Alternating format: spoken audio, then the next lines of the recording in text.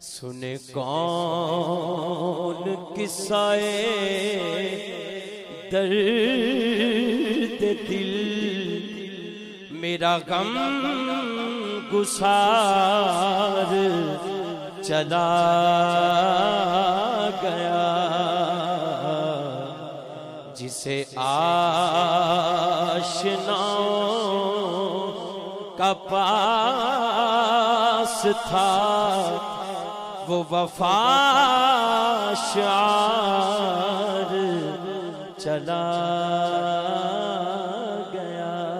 ٹیکسلا بار کے معروف قانون دان طاہر محمود راجہ کے والد ظفر محمود راجہ کی دوسری برسی کی تقریب نیو سٹی فیز 1 کی مسجد میں نہایت عقیدت و احترام سے منائی گئی۔ برسی کی تقریب زیر صدارت حافظ عبداللطیف سیالوی خطیب Jama Masjid ختیجۃ الکبریٰ new city phase 1 واقع منعقد کی گئی۔ مرحوم کے اصالِ ثواب کے لیے قرآن خوانی کا اہتمام کیا گیا تھا، جبکہ نامور نعت خوانوں نے ہدیہ نعت کے پھول نچھاور کیے۔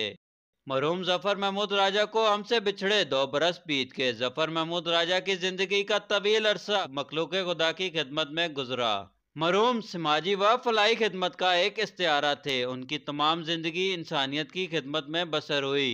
ظفر محمود راجہ ہشت پہلو شخصیت کے حامل ایک سادہ اور پرخلوص طبیعت رکھنے والے مشفق انسان تھے۔ برسی کی تقریب میں علماء کرام نے سفر آخرت پر روشنی ڈالی۔ مفتی اسد محمود عباسی نے اپنے خطاب میں کہا کہ ہمیں اپنے شب و روز اللہ تعالیٰ کے احکامات کی روشنی میں بسر کرنے چاہیے، اس میں دنیا اور آخرت کی بھلائی ہے۔ برسی کی تقریب میں ٹیکسلا بار کے وکلاء کے علاوہ واقع ٹیکسلا پریس کلب کے صدر سید مشتاق نقوی، سید وسیم شاہ، ممبر کنٹونمنٹ بورڈ راجہ عبدالقیوم، میلاد بھائی، صحافیوں، برادری سے تعلق رکھنے والے افراد اور عمائدین علاقہ کی کثیر تعداد شریک تھی۔